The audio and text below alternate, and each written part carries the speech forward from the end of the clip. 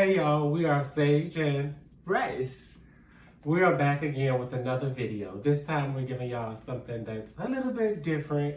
We're going to be talking about how Ryan paid off almost $85,000 in debt in about 3.5 years. I know with everything that's kind of going on with the economy, folks are losing jobs. Folks are really just trying to figure out how they can pay down their debt. And so we thought this was the perfect timing for a video like this. And so we're just gonna jump right on in. How did you accumulate $85,000 worth of debt? When I was a young little girl.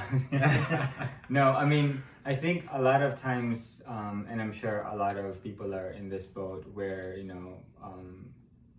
maybe we just didn't have any guidance on how to manage our money. I've always saved when I was younger. Even when I was in the Philippines, I'd save, whatever little, pesos that I would have. But I remember my very first credit card was when I went to Fordham University, and they were giving out free beach towels with the Fordham logos on it if you sign up for a credit card. And that was my first credit card. And and I Wait. So you got the credit card for the beach towel? Right, which I still have. I should post that. I have it in the closet. But because I didn't know any better, and I just okay, let's just do it. And I think that was my freshman year or sophomore year or something like that. So I've had the credit card for a long time, and it's been through quite a journey. But fast forward, I didn't really know how to manage my money, and I got to a point where in August of 2009 I actually purchased my first condo, even though I had $20,000 of credit card debt. And this was when the market was crashing. For those who remember 2008 2009, the market crisis. But I was still able to get approved, and I didn't know that I would even get approved, but I did. And at that point I got really disciplined, but then I got too comfortable because I was like, I'm paying my mortgage, I'm doing okay. And from 2009 to 2016, my credit card debt went from $20,000 to $50,000. Wow. And, I was at this point where, I was doing well at my job, making good income working at the bank.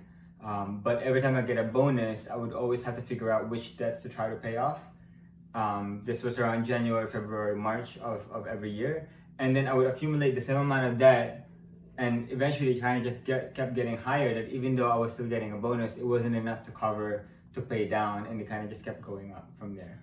Okay, so what was you charging on your credit card? What was That's a good question. So what was some of the purchases you made that got you in debt? Because I think that's really important for the audience to know, because they could be making similar purchases.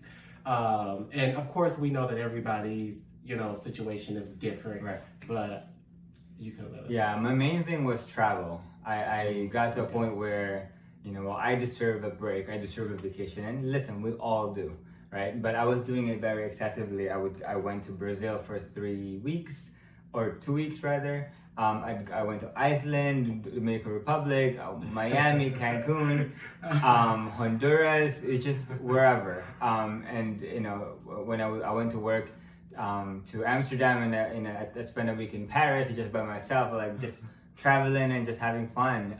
Swipe.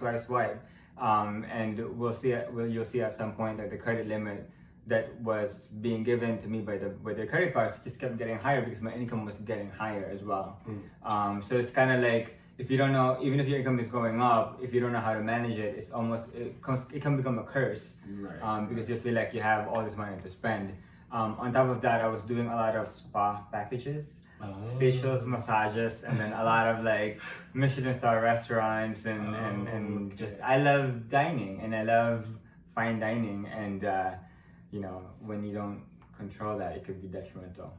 I mean, I had fun though. Right. Okay. And then around that time, what was your income level like? You mentioned you was working at a bank. You was doing pretty good. What was your income level like around that time? I think 2009, I wasn't at six figures yet. By the time that I had decided to try to pay down my debt. I was getting close to six figures, almost to six figures. Okay. So yeah, I mean, look, it's been a blessing, you know, but I don't think it matters if you make 50,000, 100,000, 200,000. If you don't know how to manage your money, it's irrelevant. It's whatever wealth is, however much money you actually keep, not how much you spend or how much you borrow, I should say, from the credit card companies. So. Which I think is very important information, right? And I think it's important to note because people make the assumption, well, this person was able to pay down their debt because they made, you know, this amount of money or that amount of money. And so at this particular time, you wasn't even making six figures, but you had $85,000 in debt, and you was able to pay it down in 3.5 years. The next question is, what got you to the point? Because you mentioned that you was in $20,000 in debt when you purchased your first condo, and even over the duration of the next 6 to 7 years, you continue to accumulate debt. So at what point was the point that got you to where, look, I really need to do something about this debt? I think it just became mentally exhausting. Okay. Trying to manage, like I really was trying, and I was looking up different spreadsheets online on how to try to properly budget. And sometimes you gotta hit rock bottom to be able to realize where you need to go. How are your finances doing now? How are you doing financially? Yeah, my credit score went up from 600 to like 800s, like really high, Wow. 800, which is amazing. Yeah. You know, I am completely credit card debt free. I'm completely student loan debt free. You know, I have 6 months worth of living expenses. God forbid something happens, you know, with the market always fluctuating, you never know. Your job is never secure, right? Yeah. No matter how much money or what title you have at your job, it's never, you know, 100% guarantee. Right. And it's a very blessed position to be in, you know, to be able to just in a position where I don't necessarily have to quote unquote worry about money. You know, obviously we have our bigger goals, and you know that's a little bit different. But like, I'm doing good. Nice, good. Because it's always important to see where a person are before you take advice from anybody. It's always important to look at who you're taking advice from, right? Where are they at financially? And so as you can see, that Ryan is in a finance field. People make the assumption because you're in a finance field that you automatically know everything to do with money. You always make responsible decisions, right? And we know that that's just not always the case because we're all human. And we all go through trials and tribulations. Ryan was able to pay off his debt in a little over 3 years, which is great. It's been 2 years since then. He's been able to, of course, continue on that track. And so I feel like the most important part is somebody who's trying to pay down their debt. What tips can you give us that can help us possibly pay down our debt? For somebody who was in a situation you was in possibly 5 years ago, what tips would you give? First and foremost is be honest with yourself. You know, it's kind of like if you were gonna get an Uber and you can tell them the direction, they won't know where to pick you up unless you know where you are, unless you tell them where you are. And you know, whatever amount of money you owe in whatever kind of area, whether student loans or credit card, that's okay. It's already happened. It is what it is, right? There's nothing that you can do other than move forward from there. Second would be, what's your why? You know, why do you want to be debt free? Why do you want to be in a better financial position? You know, what's your long-term goal? You know, what's your motivation? And if you don't have a goal of what you're saving for, you're never going to want to make the sacrifice to actually not spend on this or not travel or not go multiple times or whatnot. And I think that why is a very big key component in this, because a lot of times, well, what am I saving for? Third, and you know this very well, he is very good at this also, zero-based budgeting. So important. You need to know how much money is coming in, and you need to track where every single dollar is going. Exactly. Which is that, like you said, very important. With zero-based budgeting, you shouldn't have anything left, right? So I remember when I first got started, I kept thinking, okay, well, I'm gonna just put $50 just in case something happens. You know, I'm gonna put just this little bit amount. And so it's just really important to know where every dollar is going because everything matters. Tracking your spending is such a key piece into this because, you know, I remember our mentors telling us, okay, print out your credit card and your bank statements for the last 3 months. Highlight all of the items that you could have, you know, not spent your money on.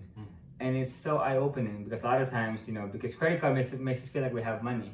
You know, I got to a point where my credit limit across like 7 credit cards was like over $200,000, and I could just, you know, go crazy and just like, you know, go away somewhere and not come back and just forget about it. You know what I mean? But I think what's important is like knowing, you know, where your money is going before you even spend it, so you know how much money you actually have. And I did this too, like, I have a budget, but my budget usually consists of, you know, reconciling my finances at the end of the month after I've spent everything, and by that time I've already overspent. Right. You know what I mean? And that can become a problem because a lot of times when you overspend 1 or 2 months, it's hard to get back on track because, you know, your income is going to be the same for the most part, unless you figure out, you know, a promotion and a different job or a side gig or whatever. Your income for the most part, for a lot of people, is just stagnant. And your spending is where you can make a lot of headway in. Once you've done all that part, you need to create a timeline of what your goals are, what your financial goals are, right? So whether that's, you know, I want to pay off my debt in 1, 2, 3, 4, 5 years, whatever that is. I want to buy a house. You know, for us, we want to save up to be able to have babies. You know, you want to be able to buy something for your parents or for your kids or whatever that is. Put a date on it. And then lastly, ask someone to help you stay accountable. Someone who you know is unbiased, someone you know who's logical, and somebody who wants to see you succeed. Hard to do it alone. Yeah. It's really hard to do it alone. And that was one of the purpose or the reasons why we wanted to do this video, because I think there's value in being able to share our story and what we've been through. This is just what I've done. You know, it doesn't make it correct for every single person. We all have different things that we're working on, different things that we want to do. You know, but this is just what worked for me. And we hope that this can hopefully inspire you to make that change. And, you know, 3 years might seem like a long time, but it really goes by quick. And when you're in a position where you're completely debt free, it's such a big load off your back. And you just walk to work with a little bit more confidence because you know that like something happens, like I'm not stuck here. And hopefully this has been helpful. And if you guys have any comments on or questions, you know, if you think that you'd want maybe some help on budgeting, comment in the video below, and let us know. Maybe we can do another video as well, or whatever area you feel like you want to learn about. If we have experience in it, we'd love to share. Yeah, and if you're interested in a budgeting tool, definitely you can reach out to us at Sage and Rice on our Instagram channel, or you can reach us at our email at sageandrice@gmail.com, and we would love to help in any way that we possibly can. So don't hesitate to reach out. So great. So thank you. We appreciate you all just going on, you know, this journey and experience with us. We hope that we've been able to help you all out just a little bit, even if one of the tools or one of the tips are helpful. That's awesome. So we are about to go and enjoy the good weather, and we are out of here. So cheers to being debt free. Bye. Bye.